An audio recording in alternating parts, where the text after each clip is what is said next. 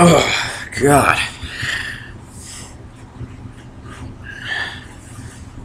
So, anything good happened since I've been gone?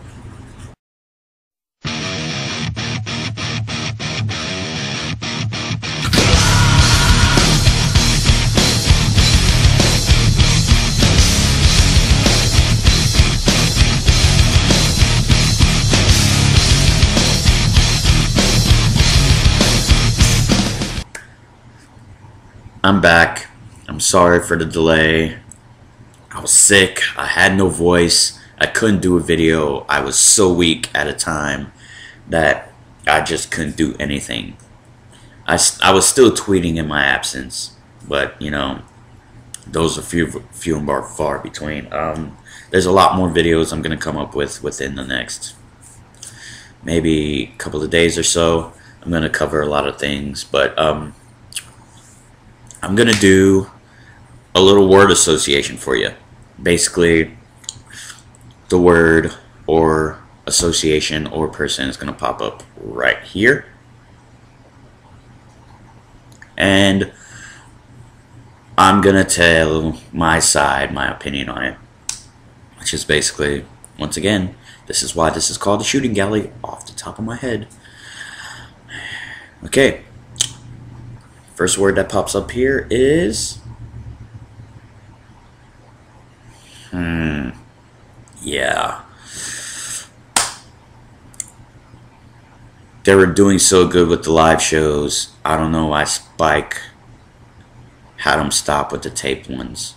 Probably, I don't know. I think they're doing the taped ones now so they could get through Thanksgiving and everything. But I hope they go back to live after those episodes, because I think Impact works best live.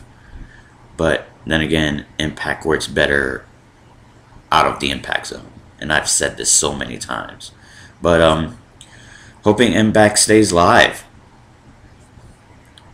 I mean, that's all we could hope for. I mean, it's a great product. It's a great show, and having it live is even better. Let's see where that goes, though. Oh, yeah. $4 billion. $4 billion. And you own the Lucas Empire. Disney is a juggernaut right now. Where are you going to buy next? Disney? Apple? Buy Apple and name the iPad the iMouse? I don't know. And one question. If Disney owns Lucasfilms and they own the rights to Star Wars, don't they own Indiana Jones too?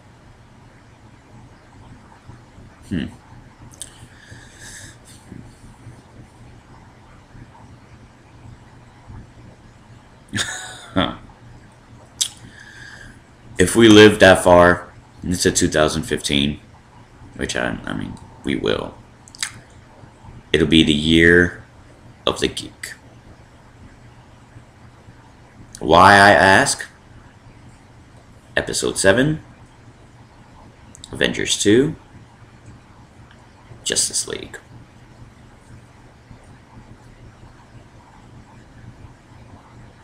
Honestly, why did it take me so long to discover the show? I don't get it. I mean, is it me? Have I been working too much? I've been packed in my DVR, you know, when I was living with my father? I don't know. I mean, thank God for Netflix, because I could, like, catch up within, what, 2 months. But, it boggles me how I missed a great show like that. I'm just a sucker for How I Met Your Mother now. I'm just a sucker for it. I love it. The cast gels. It's a great cast, great writing. It's awesome. It's legendary. Yeah, I said that.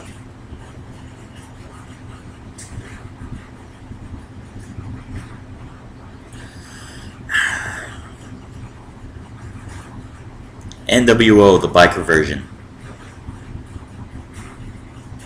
You're not revealing anybody legitimate. Devon, Luke Gallows. You need a bigger name. Hopefully that'll be somebody very soon that's a big name. Because right now, Aces and Eights ain't cutting it, storyline wise or personnel wise.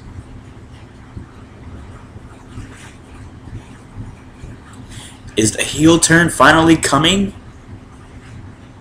I mean, there have been talks about it, but is Survivor Series the night that Miz is going to turn face? I mean, just going to have to see.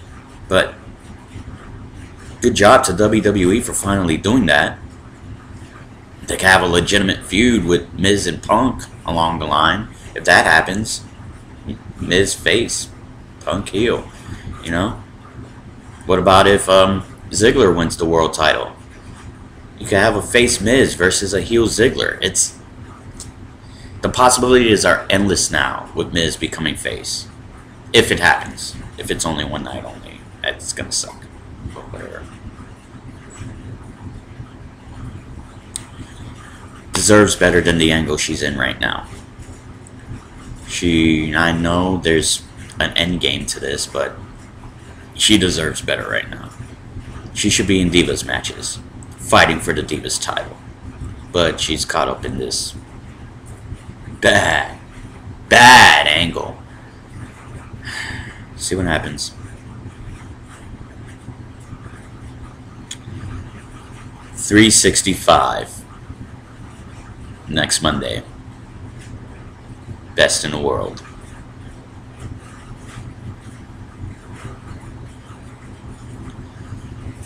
Thanking God that he's back in the commentary booth. Now, the things that happened during that on Monday, very uncomfortable, but hell, if he okayed it, I have no problem with it.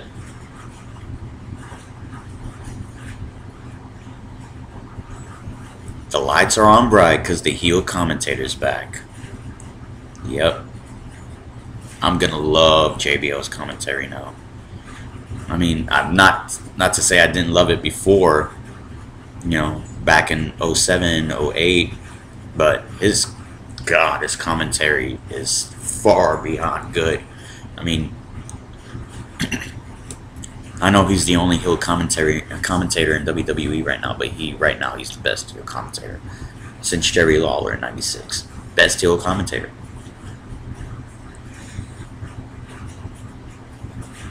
Said this once, say it again. Jeff Hardy is TNA's John Cena. And I mean that because crowd gets behind him. He has his own customized belt. He gives a lot to his fans. Now the big question is, when his contract's up, is there a big possibility that he's going back to the E? Because if he does, excuse me, a returning feud with him and Punk should be the first thing on creative's mind when if Jeff Hardy comes back to the WWE. A returning feud with Punk has to be getting in the mind of creative if his contract expires. But I'm just a lonely wrestling fan. I don't know any better. IWC.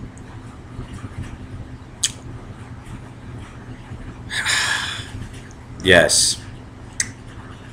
Austin Aries, best at what he does. Right now, he's the best heel in TNA going.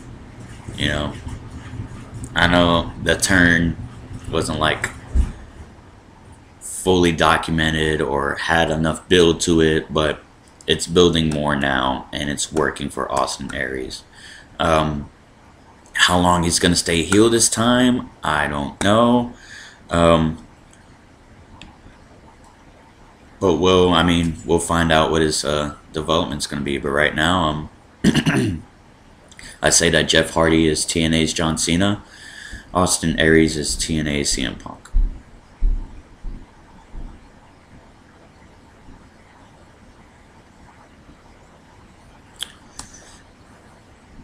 Would have been the biggest heel in TNA right now if they hadn't turned him face.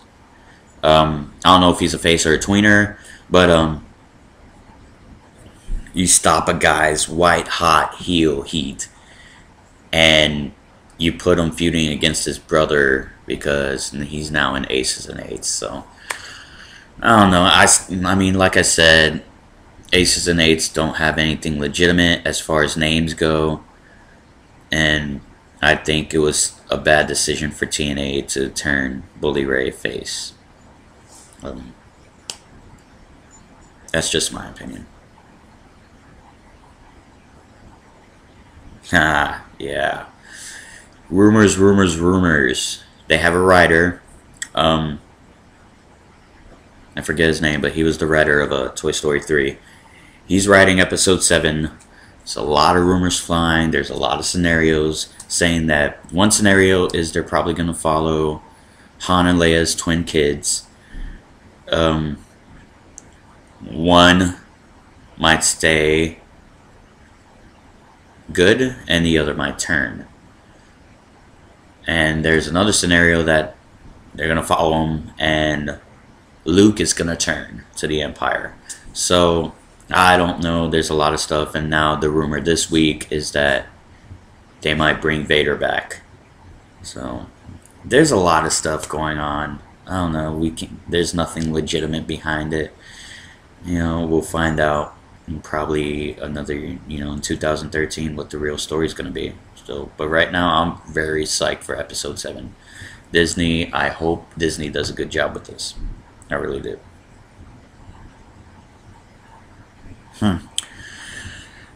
Hit or miss. The 3 hours still killing them. There are things that have helped with these 3-hour Raws. Cena, Punk's heel turn, the amount of heat Punk gets, especially from this Monday that passed. Him and Heyman's association, the tag team division, which is really great. Longer matches, better promos in a way, yeah. But 3 hours is still killing them. And the ratings are very telling of that. So when Raw will pull the plug on the 3 hours, I have no idea, but excuse me. But it's gonna, I don't know, it's gonna be a while before it goes back to 2. One break before we go into our next word.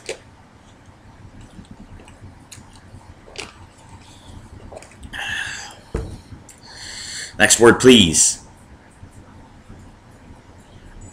Main event was an elimination match.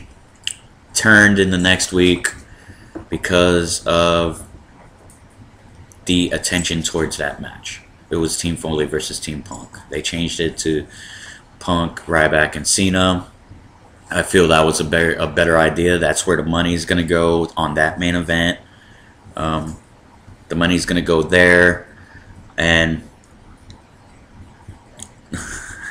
Foley's line to Ziggler is priceless. And it's just, I found that funny. Amy Schumer says hi. That's hilarious. Not to say that that match ain't going to be a good match. It's going to be a great Survivor Series match. Especially now with Miz as the final member of Team Foley. Like I said about the Miz face turn, is it going to be like really legitimate or just one night? We'll find out Sunday. But excuse me. But it might be a good pay-per-view, Let's see how it turns out. But I do see Punk retaining. Punk is going to retain. He lost on Raw Monday. He's going to retain.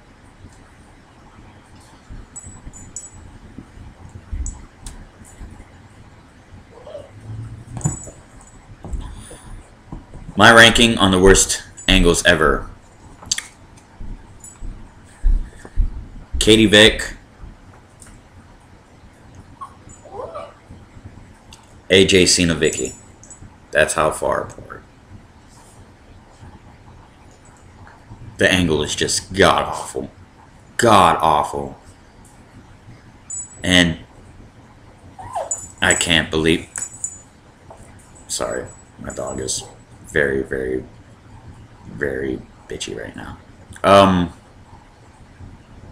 But this angle is so dreadful. It's hard to watch Raw because of that angle. And I just hope it goes somewhere. I really do, because it's just killing me. And hearing Vicky's voice as well kills me. Especially if you have her talking elongated for 20 minutes. It's just bad. It's bad for my ears. It's bad for us. Please end it already. Do it now.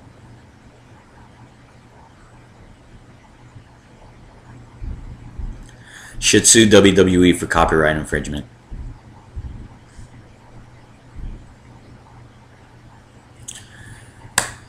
Truth is, I was gonna go until I saw the nosebleeds were $350 a seat. Sorry, you win this round. I'll just wait until WrestleMania hits Dallas Stadium or Cowboy Stadium. So when that happens, I'll be there. Right now, not so much.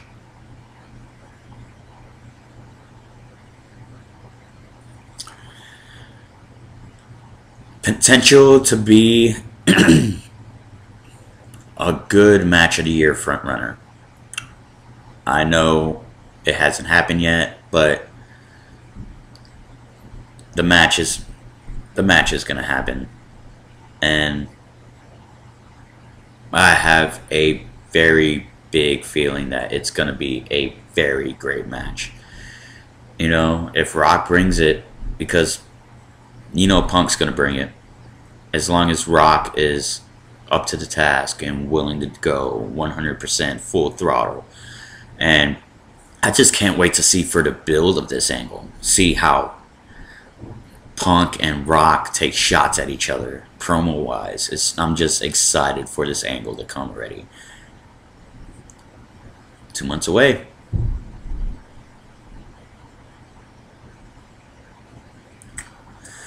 What can you say about Mick Foley?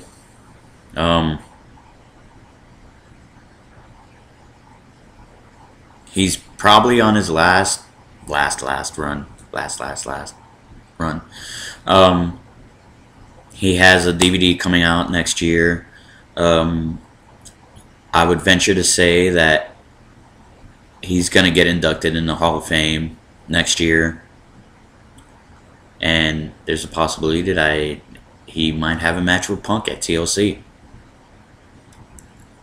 So, a lot of good things happening for Foley right now. I mean, congrats to him. He's had a wonderful career. You know? Kudos. I mean, you come from jumping off the roofs of a house and doing what you love for a living. You know? That's respect, folks. And I give all the respect in the world for Mick Foley. He's done a lot in this business. One of the ushers in the Attitude Era. Can't say nothing bad about Mick Foley. Last but not least, yeah,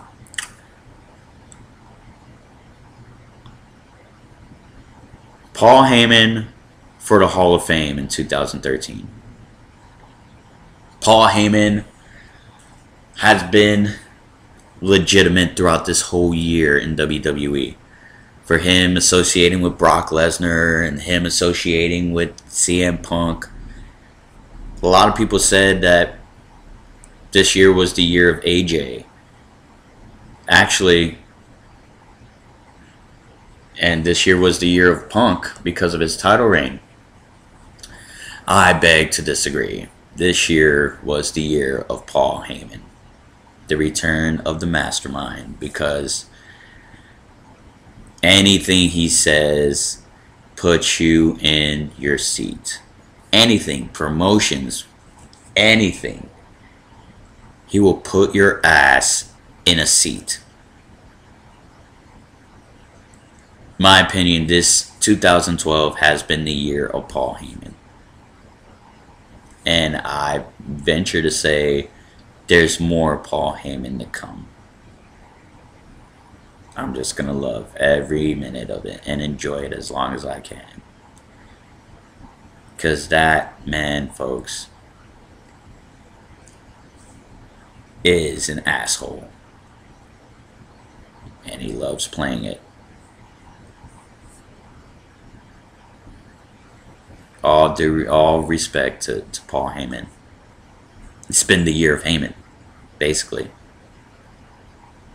So, there you go. Hit the 20-minute mark. Hit all my word associations. I'm going to be doing a Amazing Spider-Man DVD review in probably a couple of hours. We'll see about that. See how the day goes. But, yeah. Thank you for tuning in. I'm back. I'm healthy. I'm 100%. And I will see y'all on the next video. Stay warm, my friends.